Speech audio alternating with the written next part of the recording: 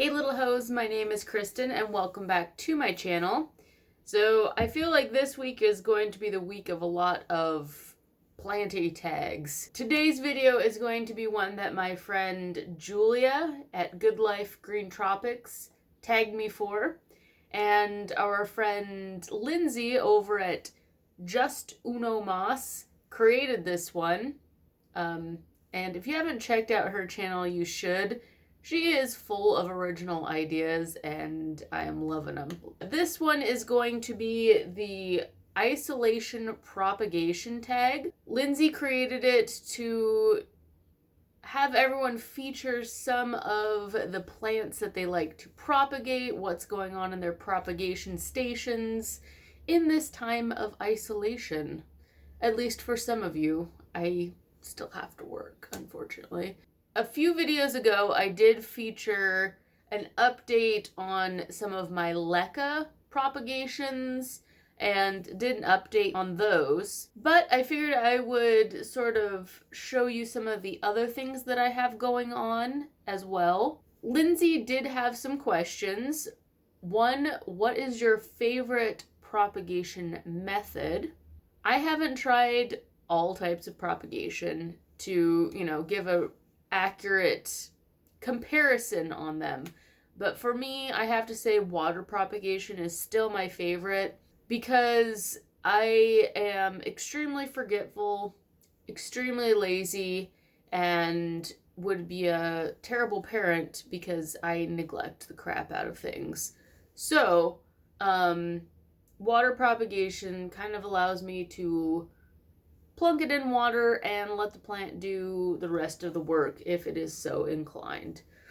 I do periodically change out the water, and I find for me, in comparison to the LECA, water propagation is easier to change out.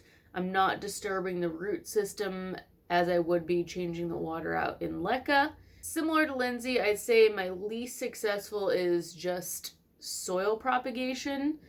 Majority of my plants do seem to do well if I wanted to propagate them just plunking them directly into water versus soil. The only ones I tend to do that with are cacti and succulents. Another awesome propagation method that we use at work is having a tub of damp perlite on a heat mat, and that works remarkably well for a whole bunch of different plants, including cacti and succulents, just long as there's some good airflow in there. I really enjoy that method. I am nervous that the cats would poop in it, so I don't really have a tub of loose perlite hanging out. Also, I have enough perlite on the floor. I don't really need any more at this point. I'm also experimenting with sphagnum moss propagation using little containers to start things in. My friend Julia recommended I try it, and so far so good. I will say that it's a little bit difficult for me to keep up on getting good airflow in there. I do try and take the lid off of them occasionally just to let the air get in there. I pick out anything that looks like it might be molding or not taking very well and rotting away. Ever since watching Katie over at Inquisitive Greens do some air layering on some of her awesome plants, I've been wanting to try it. Well, I attempted to do that for a Adansonii cutting that I promised Julia, and it was kind of just a failure from the start. This sunroom is on the south side of the house, huge window. It is hot and dry in here, and now that spring's coming, it's getting sunnier, it's just getting hotter, so it really dried the crap out of the sphagnum. So I decided to err on the side of caution and just clip the cutting, put it in water, just because spring is really busy for me and I just foresee myself forgetting. I do intend to do more air layering in the future, probably not until things slow down with my work. Lindsay's last question was, do you have any advice for beginners?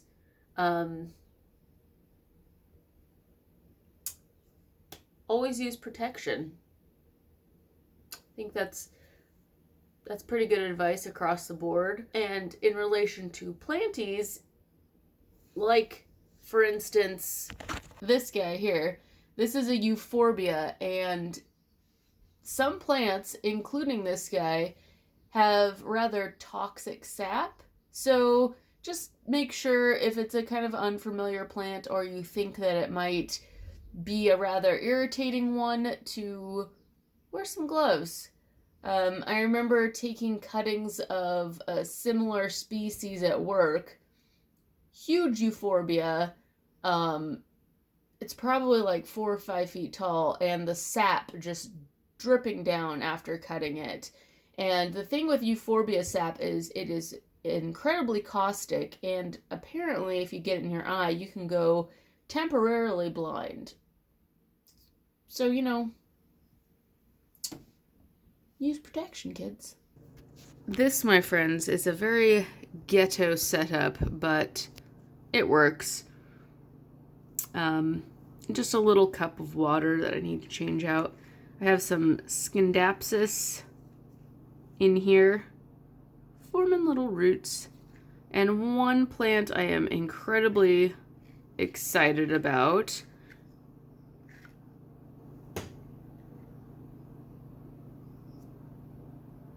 This is my Dioscorea discolor. It's a variegated yam vine, and it rooted pretty well in water. I was a bit surprised. Then in here, probably one of my favorite trailers, it's going to be the Black Pagoda lipstick plant, and I did manage to root some just in water for my friend Jess, so I figured I'd start some more. Also, these were dangling really low over the cat box and whapping the cats as they pooped, so I decided to be a kind cat mommy and cut the offending bits. And then in here, this little thrifted, I don't know what it is. I guess it's a cup, a wooden cup. But I have a shot glass in there. And Peperomia trinervis bicolor. That's it. Hey! An Adansonii there that I just had to cut off. It wasn't doing great. And then a curly lipstick plant. Okie dokie, little smokies. So we're in the living room now, and I have some Epipremnum pothos in that vase. And at this point, there's just so much roots that I'm a bit nervous to even take it out of that jug. So it might be living its best life in there, or its worst life, I don't know. And then in this, whoop, hi. And then in this jar, I have some more Scindapsus, as well as some Tahiti philodendron. And so this area, I have a few other things. In here I have just some Ripsalis and orchid cactus. And this is just in some damp sphagnum moss in this cup. I figured they're both epiphytic, so technically they should root pretty well in there. Over here, I have a brandy philodendron. This was a pretty long piece off of my plant from Peppers, and it kind of looked like it had been bent. So I decided to just chop it off and try and root it. I think you can maybe see a little root forming there. And that other little plant is a second Dioscorea discolor. There is a heat mat down here. And I have noticed that a lot of the plants seem to root really easily and more readily with that bottom heat. Not necessarily a propagation, but I have some Stephania erecta that I got last year that hasn't done diddly shit for me. And I guess they just need a lot more humidity to come out of dormancy, so I moved them from really gritty mix to some good potting soil, dampened it pretty well, and put it in this Ziploc to trap the humidity. And I have to say, they look a lot plumper.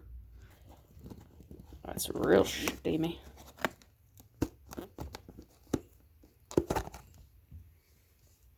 Oh.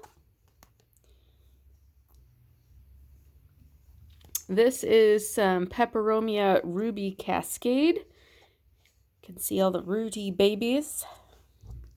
This one I did just on some potting soil. Seems to be taking all right.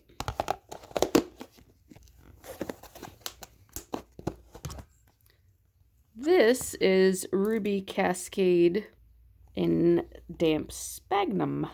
So one of these is going to be reserved for Lauren over at Laura's Leaves. Hi, Lauren.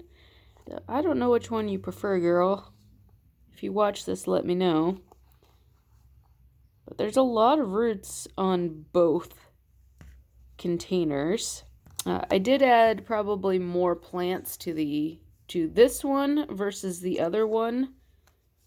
And I see a lot more new baby growth, I think, in the sphagnum. So perhaps the humidity helps with that. Then some Scindapsus. I accidentally went and cut an entire branch of Scindapsus off from the kitchen, and I only thought I was cutting a little bit off. Whoopsie-daisy. So you can see there's some itty-bitty roots started on some of these. A few have just not taken whatsoever, and I'll probably be taken out.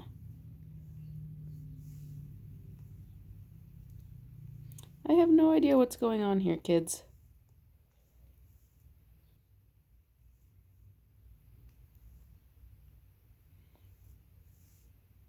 Well, that, you know, the furry spagtail. There's a root there. Fruity tooty, fresh and fruity.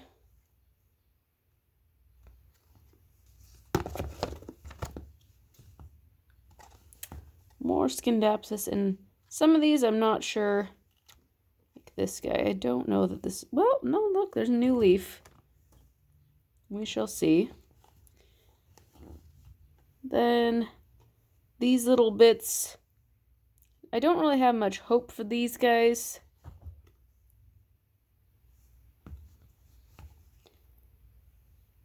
Oh, heck yeah. Look at that. This is Monstera Karsten. Is that a bug? No, it's not. This is Monstera Karsteniana. And I recently repotted mine and put it on a moss pole. Well, some of the tip was pretty naked branches, so I cut those down. Decided to throw them in here for shits and gigs and see if it rooted. And knock on wood, this continues to keep growing. And this is one I did last week. This is some lace flower. And it just needed to be cut. It was starting to trail on the ground. Look at those little roots. These are very pale. It's kind of cool. I don't really know why I propagated more of these. I like this plant. It's not my favorite. I think I just felt guilty throwing it away. So yeah, I totally forgot my big jar. of propagations up there to show you, because guess what? I'm really short, and because it was above my head, I didn't even remember it was there. Okay. It's the sound of a stool. You know, there's a lot I can get over in life, but I'm never gonna get over not being born taller. So, a lot of Insonii in here, and some Cebu blue. This big chunky boy, that's for you, Julia, and I think I showed you the cutting just a couple weeks ago, and it's already put off a ton of Rudy babies. That's probably one of the coolest leaves I've ever gotten off of it.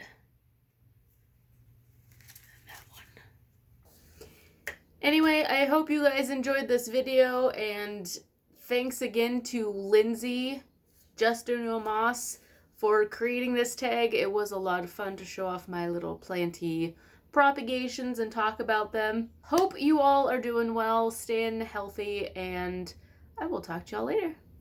Bye-bye.